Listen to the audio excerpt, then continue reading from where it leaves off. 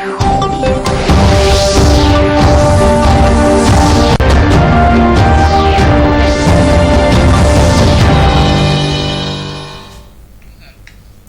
దూరదర్శన్ వార్తలకు స్వాగతం. నేను సందీప్. ముందుగా వార్తల్లోని ప్రధానాంశాలు.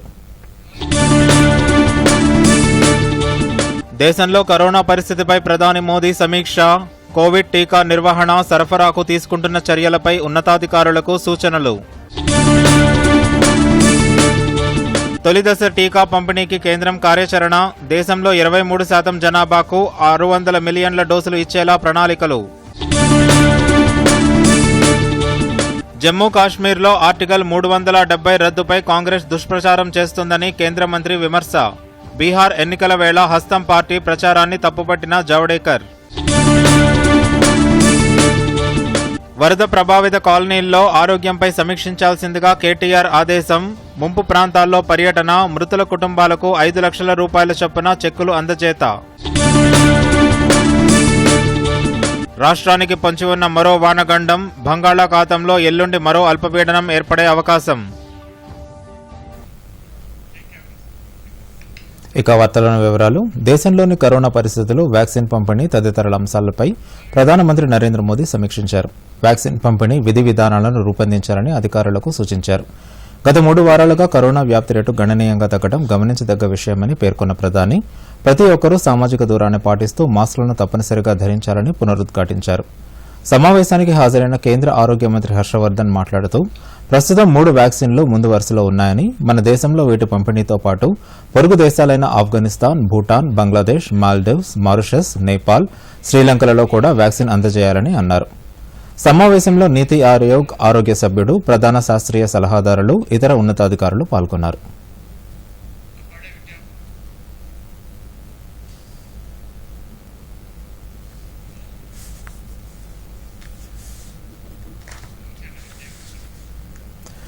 కోవిడ్పై పోరాటంలో వచ్చే 2.5 మాసాలు అత్యంత కీలకమని కేంద్ర వైద్య ఆరోగ్య శాఖ మంత్రి డాక్టర్ హర్షవర్ధన్ అన్నారు.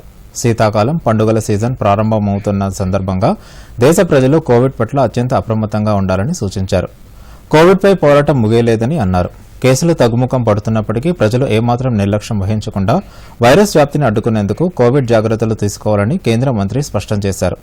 ఈ క్రమంలో ప్రధానమంత్రి నరేంద్ర మోదీ అక్టోబర్ 8న ప్రారంభించిన జన్ ఆందోళన్ కార్యక్రమంలో భాగస్వాములవుతూ కోవిడ్ పట్ల జాగృతతో ఉండాలని ప్రజలకు విజ్ఞప్తి చేశారు. కేంద్ర శాస్త్ర సాంకేతిక శాఖకు చెందిన పలు స్వయం ప్రతిపత్తి గల సంస్థల సంచాలకులతో జరిగిన సమావేశంలో హర్షవర్ధన్ పాల్గొన్నారు. ఈ సందర్భంగా మాట్లాడుతూ కోవిడ్ చికిత్స, నియంత్రణ, పరిశోధనలలో మన దేశ శాస్త్రవేత్తల కృషిని ఆయన ప్రశంసించారు. ప్రపంచవ్యాప్తంగా 9 కోవిడ్ వ్యాక్సిన్ల తయారీ కీలక దశకు చేరుకోగా అందులో 3 వ్యాక్సిన్లు భారత్లోనే తయారవుతున్నాయని కేంద్ర మంత్రి తెలిపారు. దేశీయంగా కోవిడ్ వ్యాక్సిన్ ఉత్పత్తి త్వరలో ప్రారంభం కాగలదని హర్షవర్ధన్ ఆశాభావం వ్యక్తం చేశారు.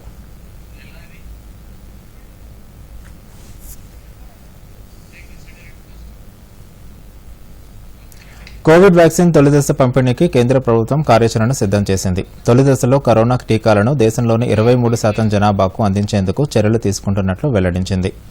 మొదటి దశలో ఆరోగ్య కార్యకర్తలకు ప్రాధాన్యత ఇవ్వాలని ప్రభుత్వం నిర్ణయించింది. పోలీసులు, పారిశుద్ధ్య కార్మికులకు సైతం వ్యాక్సిన్ ఇచ్చేందుకు కసరత్తు చేస్తోంది. తొలి దశలో 600 మిలియన్ల డోసులు కోవిడ్ వ్యాక్సిన్ను వ్యక్తులకు ఇచ్చేలా ఏర్పాట్లు చేస్తున్నారు. తుది దశ కోవిడ్ వ్యాక్సిన్ పంపిణీ కార్యాచరణపై ప్రభుత్వం వచ్చే నెల నిర్ణయం తీసుకునే అవకాశం ఉంది. వరద బాధిత కాలనీల్లోని ప్రజలు ఆరోగ్య పరిస్థితులను నిరంతరం పర్యవేక్షించాల్సిందిగా ఆరోగ్య, municipal administration and urban development అధికారులను రాష్ట్ర పురపాలక శాఖ మంత్రి కేటీఆర్ ఆదేశించారు. ఉన్నతాధికారులతో మంత్రి సమీక్ష సమావేశం నిర్వహించారు. ఇటువంటి వరద సంఘటనలు పునరావృతం కాకుండా నిరోధించడానికి తగిన కార్యాచరణను, ప్రణాళికను రూపొందించాల్సిందిగా కోరారు. వరదల వల్ల కూలిన ఇండ్ల గణనను వెంటనే పూర్తి చేయాలని అధికారులను ఆదేశించారు. ఎక్కడైతే అవసరం ఉంటుందో అక్కడ అదనపు పరికరాలను, యంత్రాలను, సిబ్బందిని తాత్కాలికంగా నియమించుకోవాల్సిందిగా సూచించారు. అంతకుముందు హైదరాబాద్లో వరద ప్రభావిత ప్రాంతాల్లో మంత్రి కేటీఆర్ పర్యటించారు. రాజేంద్రనగర్ పరిసర ప్రాంతాల్లో వరదల్లో చిక్కుకుపోయిన వారికి 5 లక్షల రూపాయల చొప్పున ఎక్స్గ్రేషియా చెక్కులు అందజేశారు. మంత్రి కేటీఆర్ వెంట విద్యాశాఖ మంత్రి సబితా ఇంద్రారెడ్డి, స్థానిక ఎంపీలు రంజిత్ రెడ్డి, అసదుద్దీన్ ఓవైసీ, మేయర్ బొంతు రామ్మోహన్ తదితరులు ఉన్నారు. ఈ సందర్భంగా మంత్రి కేటీఆర్ మాట్లాడుతూ వరదల వల్ల ప్రాణ నష్టం జరగడం బాధాకరమని అన్నారు. ప్రాణ నష్టాన్ని అరికట్టేందుకు ప్రభుత్వం అన్ని విధాలుగా ప్రయత్నించిందని చెప్పారు. వరదలు తగ్గుముఖం పట్టినందున పారిశుధ్యంపై దృష్టి సారించాలని జీహెచ్ఎంసీ అధికారులకు ఆయన సూచించారు. వరద ప్రభావిత ప్రాంతాల్లో వైద్య శిబిరాలు ఏర్పాటు చేయాలన్నారు. నాగర్ కర్నూలు జిల్లా ఎల్లూరు వద్ద కల్వకుర్తి ఎత్తిపోతల పథకం పంప్ హౌస్ అధికారులు కృషి చేస్తున్నారు. నిన్న మధ్యాహ్నం పంప్ హౌస్ 3వ మోటారును ప్రారంభించిన వెంటనే మోటార్ల బేస్మెంట్లో పెద్ద శబ్దంతో పైకప్పు కూలింది. దీంతో సర్జీపూల్ నుంచి వరద నీరు ఒక్కసారిగా పంప్ హౌస్లోకి ప్రవేశించింది. 10 అంతస్తుల మేర పంప్ హౌస్లో నీరు నిండింది. ఈ ప్రమాదం గురించి తెలిసిన వెంటనే స్థానిక మంత్రి నిరంజన్ రెడ్డి హుటాహుటిన పంప్ హౌస్కు చేరుకున్నారు. ప్రమాదం జరిగిన తీరును అధికారులను అడిగి తెలుసుకున్నారు. అనంతరం విలేకరులతో మాట్లాడుతూ పంపింగ్ ప్రారంభించే క్రమంలో నీళ్లు పంపింగ్ స్టేషన్లోకి వచ్చినట్లు ప్రాథమికంగా నివేదిక అందిందని చెప్పారు. ప్రమాదంపై పూర్తి స్థాయిలో విచారణ జరిపిస్తామన్నారు. కాగా వరద నీరు నిండిన పంప్ హౌస్ సందర్శనకు బయలుదేరిన కాంగ్రెస్ బీజేపీ నేతలను పోలీసులు మార్గం మధ్యలోనే అడ్డుకున్నారు. కాంగ్రెస్ ఎంపీ రేవంత్ రెడ్డి, మాజీ ఎమ్మెల్యే సంపత్ కుమార్, మాజీ ఎంపీలు మల్లు రవి తదితరులు పోలీసులు తెక్కపల్లి వద్ద అడ్డుకుని అరెస్ట్ చేశారు. ఈ సందర్భంగా కాంగ్రెస్ నేతలు పోలీసుల మధ్య వాగ్వాదం చోటు చేసుకుంది. పంప్ హౌస్ ను పరిశీలించేందుకు బయలుదేరిన బీజేపీ నేతలను కూడా పోలీసులు అదుపులోకి తీసుకున్నారు. అధికారులు చెప్తున్నారు, పంపు నడిచేటువంటి క్రమంలో శబ్దం వచ్చి సడన్ గా బ్లాస్ట్ లాగా అనిపించి ఆ తర్వాత అది ఫెయిల్ అయిన కారణంగా అటు నుంచి డక్ట్ నుంచి వచ్చేటువంటి వాటర్ కంటిన్యూస్ గా విపరీతమైన ప్రెషర్ తో రావడం, రిజర్వాయర్ లో చాలా పెద్ద ఎత్తున నీళ్లు ఉన్నాయి కాబట్టి ఆ ప్రెషర్ కు నీళ్లు లోపలికి అతివేగంగా రావడంతో పంప్ హౌస్ మునిగింది అనేటువంటి మాట వాళ్ళు చెప్తున్నారు. ప్రాథమికంగా మనకు ఉండేటువంటి సమాచారం అది.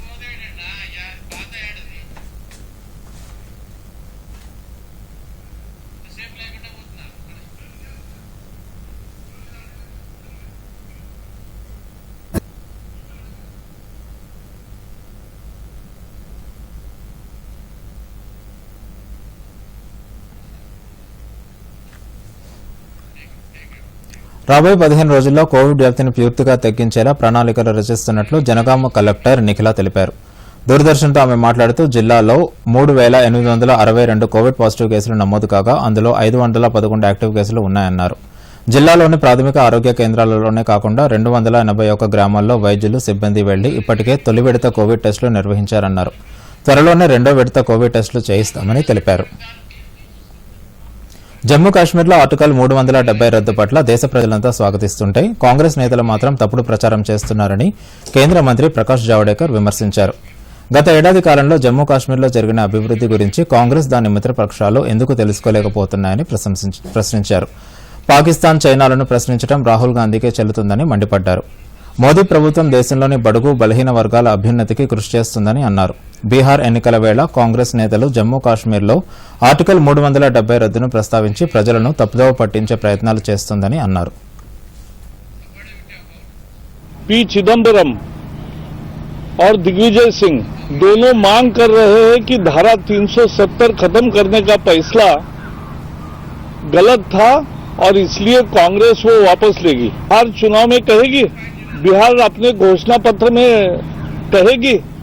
ये मालूम है उनको कि धारा 370 रद्द करने के फैसले का लद्दाख, जम्मू कश्मीर सहित पूरे देश की जनता ने स्वागत किया और एक साल में जम्मू कश्मीर में कितनी तरक्की हुई, लद्दाख में कितनी तरक्की हुई, ये भी देखा है।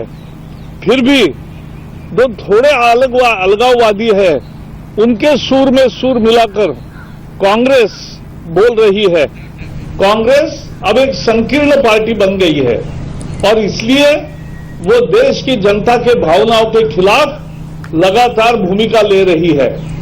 राहुल गांधी भी पाकिस्तान की प्रशंसा करते हैं, किसी भी विषय पे हो पाकिस्तान की प्रशंसा करना इनको अच्छा लगता है, चीन की प्रशंसा करना उनको अच्छा लगता है।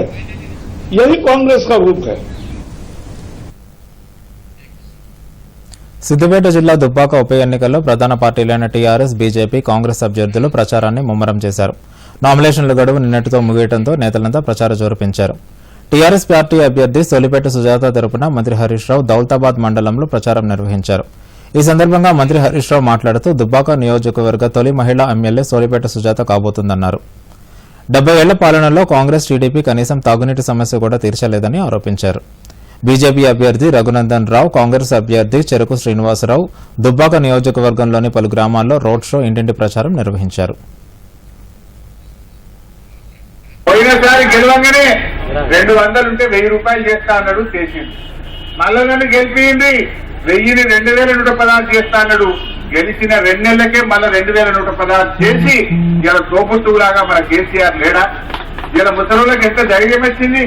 కన్న కొడుకు చూడకపోయినా బతుకమ్మ చీర వచ్చే, 10 కిలోల బియ్యం వచ్చే, 2116 వస్తే ఎదురు చూడకుండా మా అవ్వ బతకలేదా? ఇలా మా తెలంగాణ జనసమితి తరపున వరంగల్, నల్గొండ, ఖమ్మం పట్టభద్రుల అభ్యర్థిగా పోటీ చేస్తున్న ప్రొఫెసర్ కోదండరాం వినూత్నంగా తన ప్రచారాన్ని ప్రారంభించారు.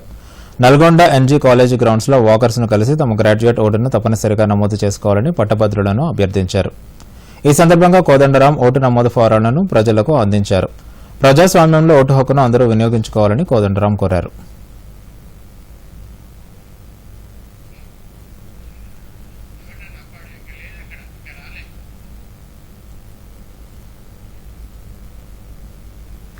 సుమారు 20 రోజులు మనకు మిగిలింది. ఈ 20 రోజుల్లో అందరం కూడా ఓటు నమోదు చేసుకోవాలని విజ్ఞప్తి చేస్తున్నా. ఆన్లైన్ నమోదంతా సులువైన పని ఇంకోటి లేదు. మీరు చాలా 2 నిమిషాల్లో పూర్తి చేసుకోవచ్చు. కొంతమంది ఆన్లైన్ చేసుకున్నా గెస్టెడ్ సంతకం కావాలి అని ఒక అపోహలో ఉన్నారు. మేము ఎలక్షన్ కమిషనర్ను కలిసినాం. ఆన్లైన్ ఎన్రోల్మెంట్ చేసుకునే వాళ్ళు అసలే మనం డిగ్రీ సర్టిఫికేట్ ఫోటో తీస్తాం, మళ్ళీ దాని మీద గెస్టెడ్ సంతకం ఎట్లుంటుంది? సాధ్యం కాదు. ఇది మీరు నియమాలకు విరుద్ధంగా అడుగుతున్నారు కింద స్థాయి అధికారులు అంటే దాన్ని మీరు అన్నది కరెక్టే. ఆన్లైన్ దానికి గెస్టెడ్ సంతకాలు ఉండవు అని వారు స్పష్టం చేశారు. కాబట్టి గుర్తుపెట్టుకోండి, ఏ గెస్టెడ్ సంతకం అక్కర్లేదు. మన డిగ్రీ ఫోటో తీసుకొని, మన ఫోటో తీసుకొని ఎపిక్ నెంబర్ జోడించి మనం ఎన్రోల్ చేసుకోవచ్చు. దీనికి ఆధార్ కూడా అవసరం లేదు. ఇక రెండవ ప్రక్రియ ఆఫ్లైన్. మీ చేతిలో ఫామ్ 18 మీ చేతిలో ఉంది. అది భర్తీ చేయటం కూడా ఏం పెద్ద కష్టమైన పని కాదు.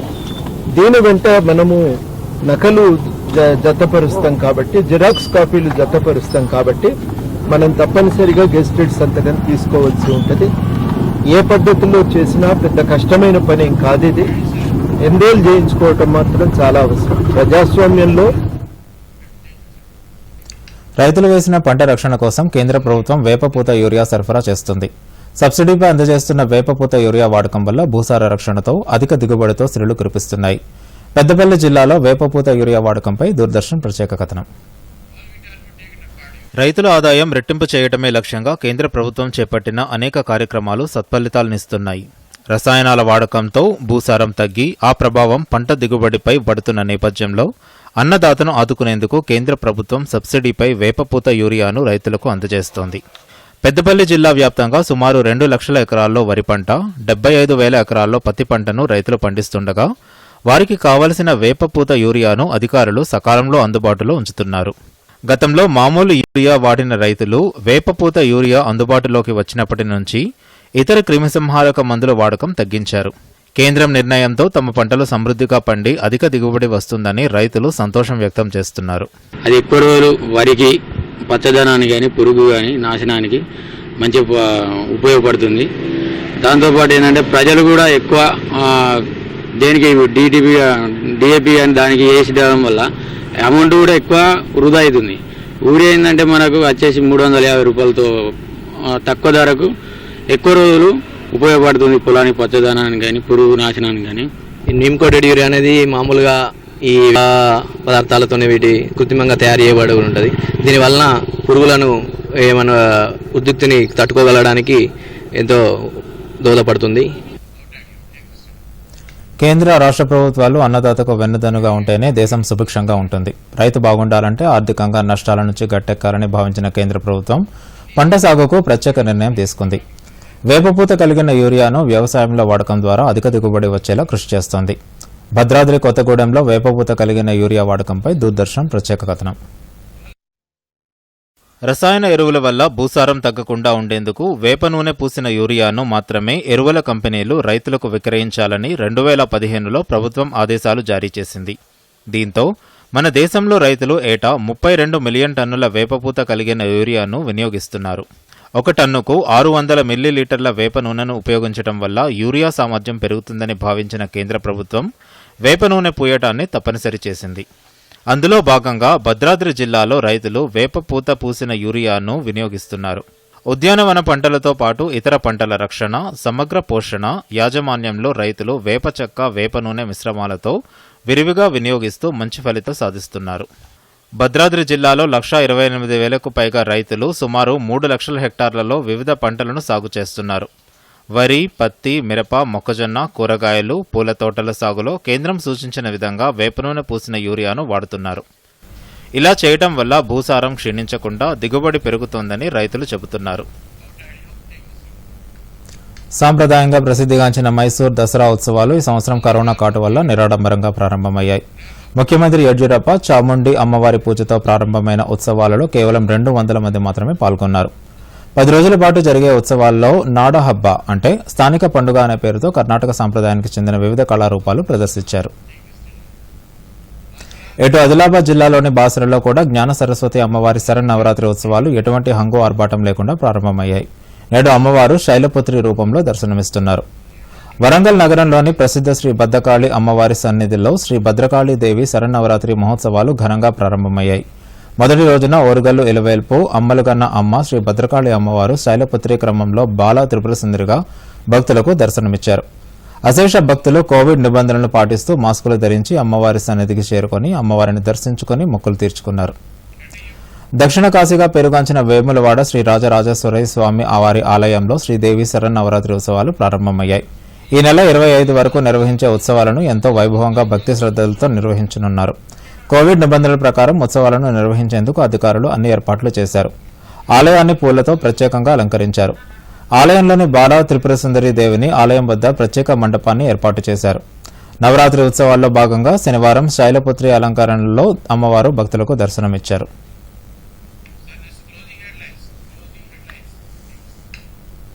వార్తలు ముగించే ముందు ముఖ్యాంశాలు మరోసారి.